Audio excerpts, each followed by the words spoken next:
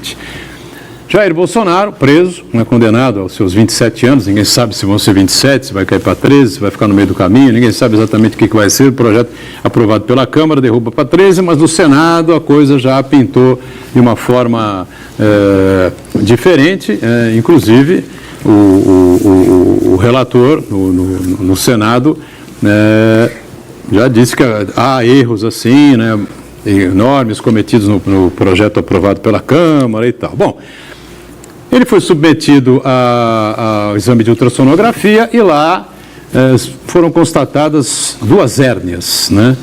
E, ao que tudo indica, pelo menos eu vi o advogado de defesa, né, do Bolsonaro, um deles, né, dizendo claramente que ele precisa voltar à mesa de cirurgia, fazer mais uma cirurgia agora por causa dessas hérnias aí.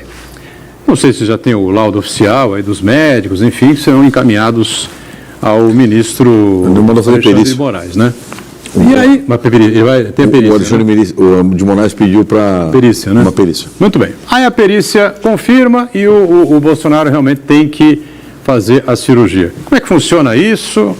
Quando um preso, um detento é diagnosticado em um quadro cirúrgico, no caso do Bolsonaro, a Polícia Federal vai ao hospital junto, claro, fica na porta lá do centro cirúrgico. É assim que funciona. O policial pode entrar no centro cirúrgico lá todo... Não, no centro cirúrgico não, porque no centro cirúrgico não há risco dele... Fugir. Agora, enquanto ele estiver no centro cirúrgico, enquanto ele estiver na recuperação, enquanto ele estiver na medicação, enquanto ele estiver no quarto, haverá um policial federal acompanhando. Em casos normais, o sujeito fica fica algemado na cama. Em casos normais. Mesmo depois da cirurgia? Claro. Eu nunca vi nenhum preso que vá ao médico e não fique algemado. Porque você deslocar, para vocês terem uma ideia, o telespectador entender, imagine que ele vai operar hoje, às 2 da tarde, horário que nós estamos aqui, 2h06 da tarde. Aí, ele vai para o centro cirúrgico, sai às 10 da noite. Quando ele sai do centro cirúrgico às 10 da noite, eu já tenho que ter escolta no centro cirúrgico, eu tenho que ter, por conta dele ser o ex-presidente, etc., tem que ter escolta na entrada do hospital, tem que ter no andar, porque a segurança do preso é o dever do Estado, mais ainda com alguém da importância do ex-presidente Bolsonaro. Então, aí, quando ele vai para o quarto, tem que se revezar. Vai ter turnos de revezamento entre as escoltas. Então, é um custo elevado, é uma logística muito grande para mantê-lo sob a vigilância do Estado, porque ele é um preso condenado. Perfeito? Ele não está preso provisoriamente. E aproveito para dizer o seguinte, eu acho que com a cirurgia, naturalmente, pela idade, não por ele ser ex-presidente, mas pela natureza da lesão, pela idade, ele deveria cumprir a prisão domiciliar. Eu acho que seria uma medida... Né, pelos advogados. Não, assim, eu sou coerente com meus pensamentos.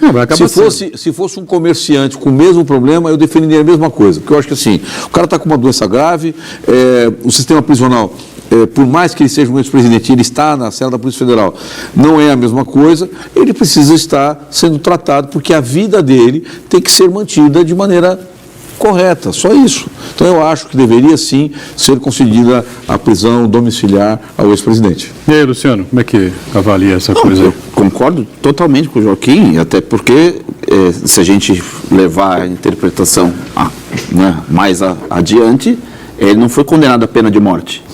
Porque quanto pior a situação que você deixar ele e qualquer outro preso, mas no caso específico, com essa situação gravíssima de saúde que tem, desde que levou a facada e todas as cirurgias e tudo mais, a partir do momento que você deixa numa pior condição o preso, você está condenando ele à morte. Então, e a gente sabe que não existe esse tipo de pena no Brasil, muito menos no caso dele, ele não foi condenado a isso. Então, tem que ter realmente a oportunidade de ter um verdadeiro tratamento e que, mesmo assim, pelo que eu tenho acompanhado e lido em relação à condição de saúde dele, não é essa cirurgia que vai resolver o problema. Então, mais ainda um motivo para ele ter que ser mantido num domiciliar, porque realmente não é algo que tenha um prognóstico muito bom.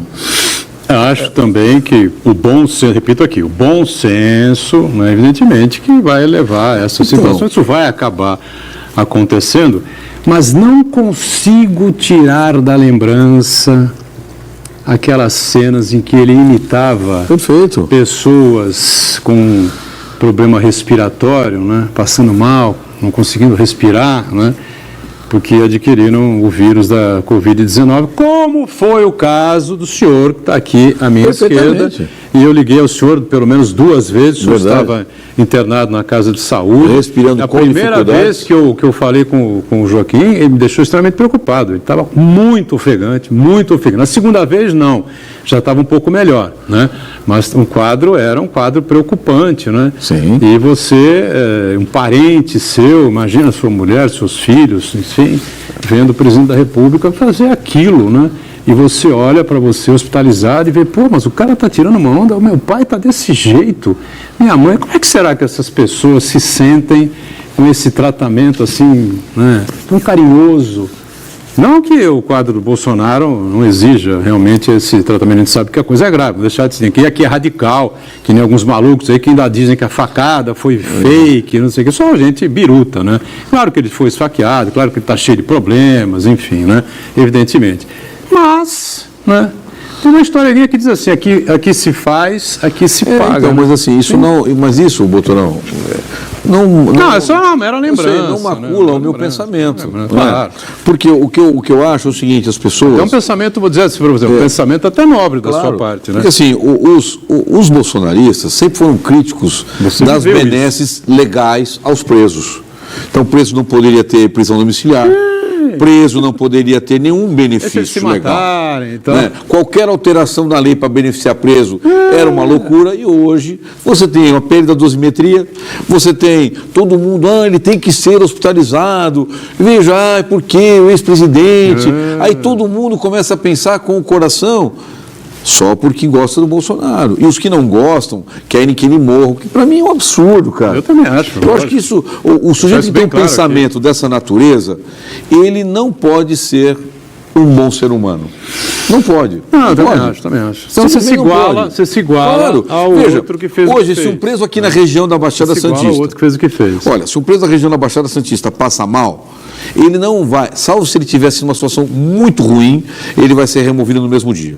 Se ele não tiver numa situação muito ruim, possível ele suportar a dispensação de medicamentos que tem nas unidades, com atendimento de um único médico, de algumas enfermeiras nas unidades, ele vai ser removido daqui a 10 dias para São Vicente. São Vicente, para vocês terem uma ideia, é hoje o município que mais recebe presos com problemas de saúde. E aí já ligo com a ideia anterior que você falou sobre o Bolsonaro sendo operado. Toda vez que tem que levar um preso para uma unidade de saúde de São Vicente, é um problema. Escolta, as outras pessoas que estão na unidade básica de saúde esperando, ou numa UPA. Tudo muito difícil, perfeito? Né? Claro. Então, assim, eu quando conversava sobre esse assunto, que a gente fez um painel muito interessante no Conselho Penitenciário com a Michele Pastor, que ainda é a secretária de Saúde de São Vicente, a planilha, ela falava assim, quando eu tenho que trazer alguém para cá, é um parto, porque eu tenho que pensar quantas pessoas tem na unidade básica de saúde esperando, eu vou ter que colocar a escolta, a escolta vai vir com o cara, mas se o cara for em periculosidade, e as outras pessoas, então assim, é complicado, tanto para um cidadão comum, como para uma pessoa da importância do Jair Bolsonaro num deslocamento para uma unidade de saúde. Não, tudo isso a gente tem que pesar na balança, indiscutivelmente. Agora, o Bolsonaro é um ex-presidente, lógico que é uma figura diferenciada, como Lula, Fernando Henrique Cardoso, Dilma, enfim, Temer, são figuras diferenciadas, chegaram ao topo máximo, né, do cargo político administrativo do país, evidentemente que recebem um tratamento diferenciado. Nunca fui contra isso aqui, de jeito nenhum. Nem sou contra também o fato, vou repetir aqui, não sou contra o fato dele ter a prisão,